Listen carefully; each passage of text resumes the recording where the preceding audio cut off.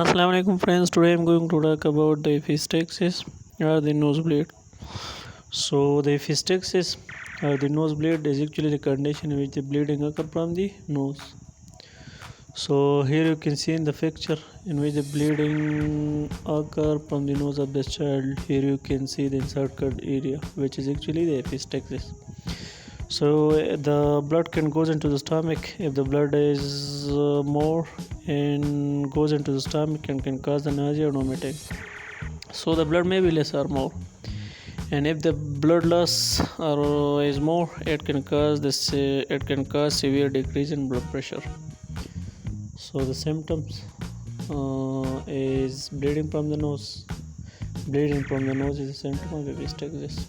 Risk factors include the trauma. Here you can see in the picture excessive nose picking, in which the which is the phenomenon of extracting mucus from the nasal cavity through the fingers, which is called nose picking. Infection in certain blood thinners can also cause epistaxis.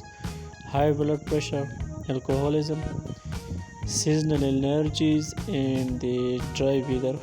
These are the risk factors for the epistaxis. Diagnostic method, which include the direct observation of the bleed from the nose, which is the diagnostic method for the epistaxis. Treatment: pressure over the lower half of the nose. Here you can see in the picture can prevent the blood loss from the nose. Nasal packing and medication tranexamic acid can decrease blood pressure, can decrease the epistaxis. So this was all about the EPISTAXIS. For more videos, subscribe, like and share with your medicos friends. So thanks for watching the video.